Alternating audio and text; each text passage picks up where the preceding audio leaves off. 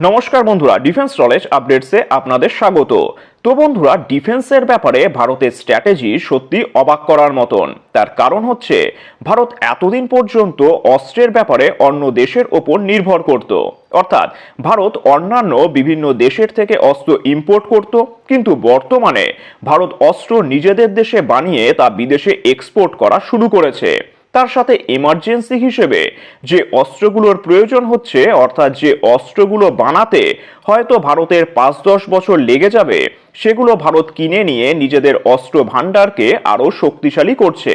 আসলে পাকিস্তানের আতঙ্কবাদ এবং চীনের আগ্রাসন, তার সাথে চীন যেভাবে ভারতের প্রতিবেশী রাষ্ট্রগুলোকে বাণিজ্য এবং পয়সার প্রলোভন দেখিয়ে নিজেদের ফাঁদে ফেলার চেষ্টা করে ভারতকে ঘিরে ধরার পরিকল্পনা তৈরি করছে, তার থেকে নিজেদের আভ্যন্তরীণ এবং বাহ্যিক পরিবেশকে রক্ষা করার জন্য ভারতকে সামরিক দিক থেকে শক্তিশালী হতেই হতো।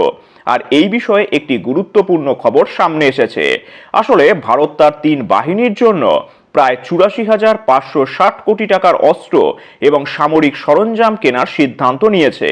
এ বিষয়ে প্রতিরক্ষামন্ত্রী রাজনাথ সিং এর নেতৃত্বাধীন প্রতিরক্ষা সরঞ্জাম ক্রয় সংক্রান্ত কমিটি অর্থাৎ ডিএসি এই বিষয়ে একটি চূড়ান্ত সিদ্ধান্ত নিয়েছে। স্ক্রিনে এখন আপনারা একটি স্ক্রিনশট দেখতে পাচ্ছেন, যার মাধ্যমে এই তথ্য জানা গেছে যে ভারতের ৩ বাহিনী অর্থাৎ স্থল, নৌ এবং বিমান বাহিনীর পাশাপাশি প্রতিরক্ষা মন্ত্রকের নিয়ন্ত্রণাধীন উপকূলরক্ষী বাহিনী বা কোস্টগার্ডের জন্য যে অস্ত্র বা সরঞ্জাম কেনা হবে, সেটিও এই টাকার মধ্যে থেকেই কেনা হবে। এখন দেখে নেওয়া যাক ভারত ঠিক কোন কোন অস্ত্রগুলোকে কেনার ব্যাপারে জোর দিচ্ছে। আসলে এই তালিকায় উল্লেখযোগ্য হলো সমুদ্রের নজরদারিতে ব্যবহৃত মাল্টি মিশন মেরিটাইম বিমান, এছাড়াও নতুন প্রজন্মের ট্যাঙ্ক বিধ্বংসী mine, air defence tactical control radar, এছাড়াও টর্পেডো এবং যুদ্ধ বিমানে জ্বালানি সরবরাহের উপযোগী ফ্লাইট রিফিউলার বিমান। পাকিস্তানের সেনা হানাদারি এবং চীনের অনুপ্রবেশ থেকে উপকূল রক্ষার ক্ষেত্রে মাল্টিমিশন মেরিটাইম এয়ারক্রাফট ভারতীয় নৌসেনা এবং উপকূলরক্ষী বাহিনীর কাছে ভবিষ্যতে গুরুত্বপূর্ণ ভূমিকা নেবে বলেই মনে করা হচ্ছে।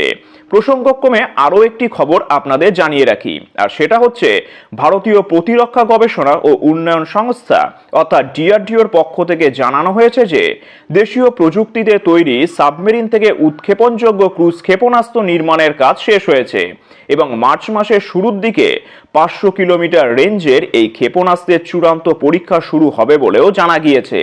এর আগের বছর অর্থাৎ ২০২৩ সালের ফেব্রুয়ারি মাসে এই ক্ষেপণাস্ত্রের প্রাথমিক পরীক্ষা করেছিল ডিআরডিওর বৈজ্ঞানিকরা।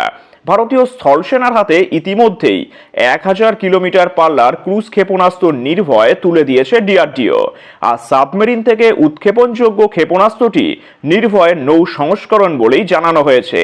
এখন আপনারা এই প্রশ্নটাই করবেন যে ডিআরডিও ভারতীয় স্থলসেনার জন্য ১০০০ কিলোমিটারের এবং নৌসেনার জন্য ৫০০ কিলোমিটার রেঞ্জের মিসাইল কেন বানিয়েছে।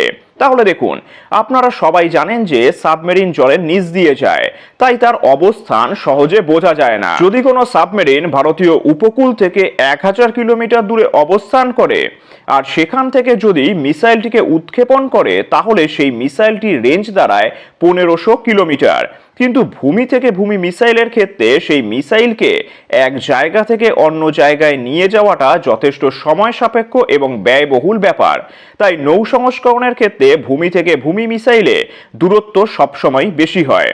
আর ২০২২ সালেও সাবমেরিন থেকে উৎক্ষেপণযোগ্য ব্যালিস্টিক ক্ষেপণাস্ত্র অর্থাৎ সাবমেরিন লঞ্চ ব্যালিস্টিক মিসাইল বা এসএলবিএম এর সফল পরীক্ষাও করেছিল ডিআরডিও। এই বিষয়ে আপনাদের কি মতামত তা নিচে অবশ্যই কমেন্ট করে জানাবেন। আর চ্যানেলটি ভালো লাগলে অবশ্যই লাইক, শেয়ার ও সাবস্ক্রাইব করে দেবেন। ধন্যবাদ।